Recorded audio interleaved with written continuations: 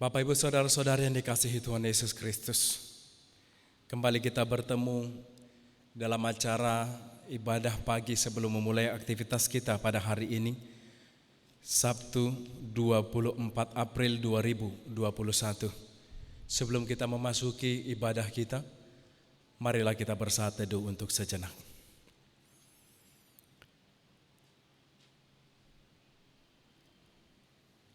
Bapak Ibu Saudara-saudariku, marilah kita memuji Tuhan dengan bernyanyi dari buku NDHKBP nomor 249 ayat yang pertama.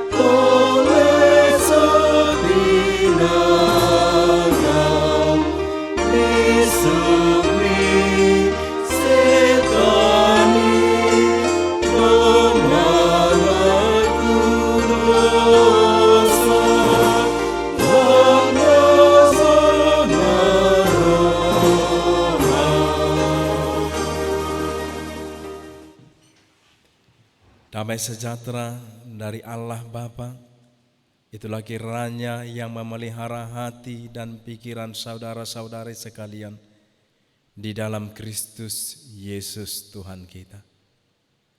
Amin.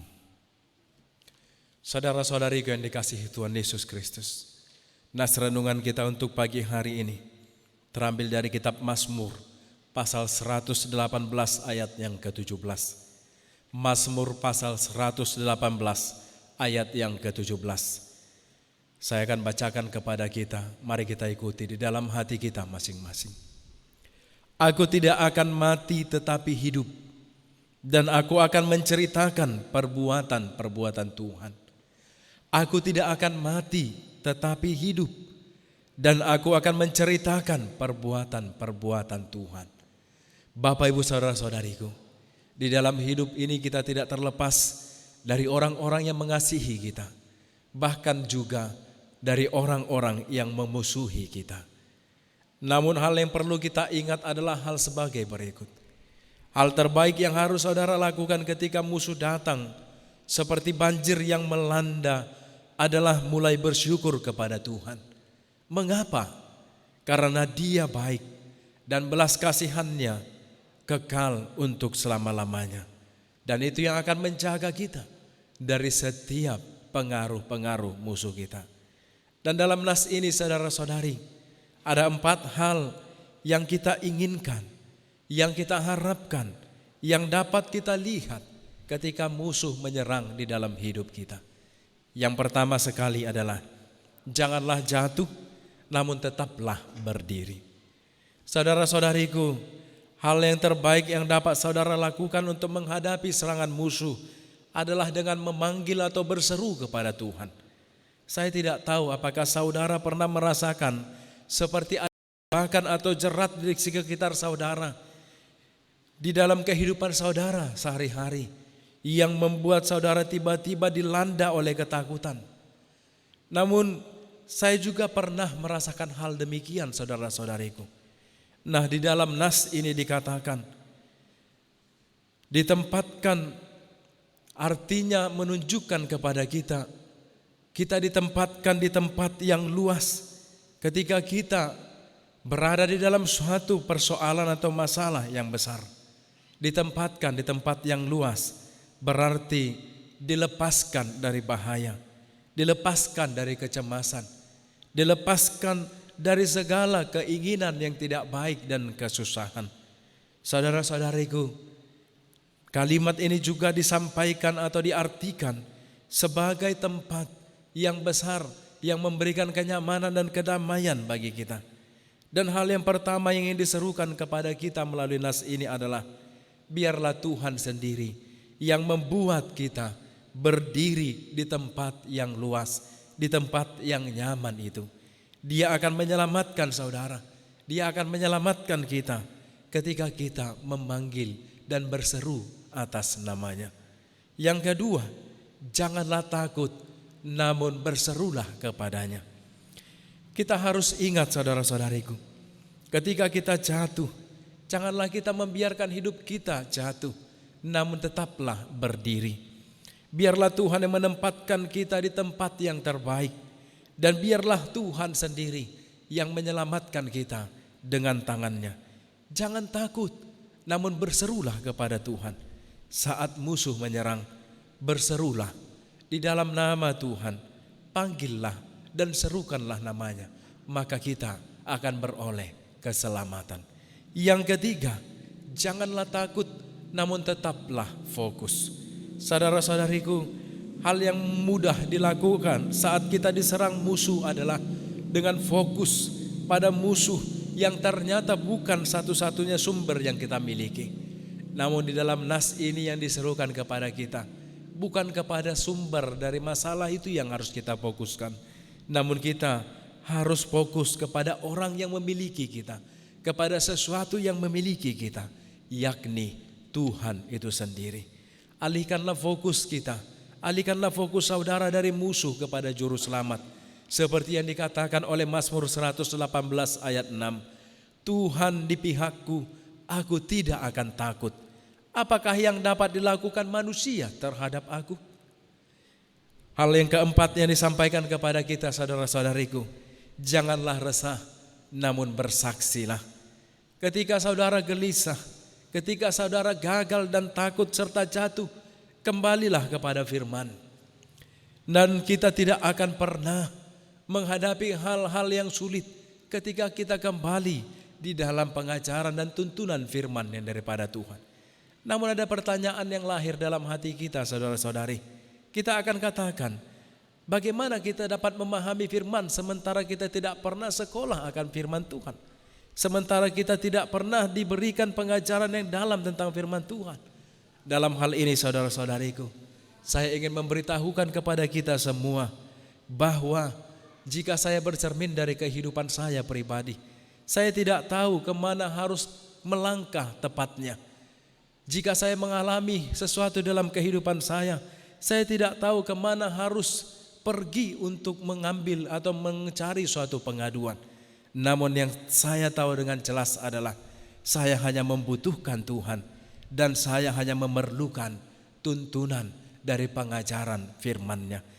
Hal seperti ini saudara-saudari membukakan mata kita untuk melihat dengan jelas bahwa di dalam firman Tuhan dituliskan dan diberitakan kepada kita untuk menolong kita melalui satu pengajaran, dukungan dan dorongan bagi kita saat kita kesusahan, saat kita ketakutan, dan saat kita dilanda kecemasan.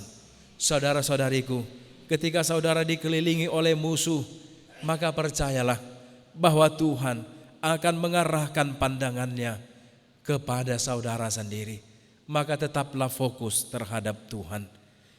Itu yang ditunjukkan oleh nas ini kepada kita saudara-saudariku, dengan seruan yang mengatakan, aku tidak akan mati tetapi hidup, dan aku akan menceritakan perbuatan-perbuatan Tuhan. Saudara-saudariku yang dikasihi Tuhan Yesus Kristus, bisa saja esok atau lusa kita akan mati tanpa kita ketahui. Tetapi melalui semua perjalanan itu, kita bisa merenungkan ketika kita membaca firman Tuhan. Di sana kita akan memahami dan berkata, wah, saya rasa Tuhan belum selesai dengan saya. Jadi yang penting untuk saya lakukan adalah berterima kasih karena saya tahu apa yang harus dilakukan di dalam hidup ini seturut dengan pengajaran Tuhan, yakni untuk meyakini, menyatakan dan bersaksi akan pekerjaan Tuhan. Itulah yang menjadi bekal kehidupan kita saudara-saudariku. Kita tidak tahu apa yang akan terjadi di dalam hidup kita esok hari, tapi hari ini lihatlah, kita akan bersuka cita dan bergembira karenanya. Saudara juga bisa melakukan hal ini, saudara juga bisa mengerjakan hal yang demikian. Saudara juga bisa berseru kepada Tuhan saat saudara mengalami kesusahan ataupun apapun yang saudara hadapi dalam kehidupan saudara. Percayalah bahwa Dia akan mendengar saudara dan Dia akan membantu saudara di sepanjang kehidupan saudara sendiri. Amin. Marilah kita bernyanyi dari buku NDHKBP nomor 785 ayat yang pertama.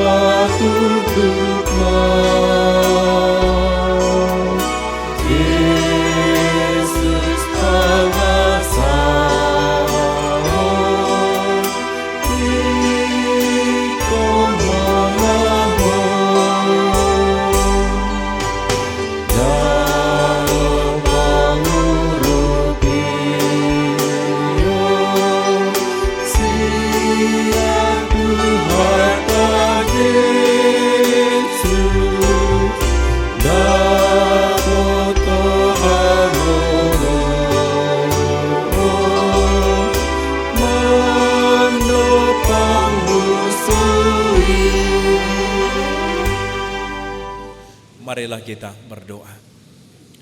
Bapa Surgawi, Bapa yang Maha Mulia, Bapa yang penuh kasih dan berlimpah rahmat, kami berterima kasih dan bersyukur kepadamu ya Tuhan, ketika Engkau masih tetap memelihara kami dan menyejukkan hati kami setiap hari, melindungi kami dengan tangan kemuliaan-Mu, dengan kuasa kebesaran-Mu, dan memberikan kesempatan bagi kami untuk kembali beraktivitas, melakukan kegiatan kami sebagaimana mestinya setiap hari yang kami lakukan di dalam kehidupan kami.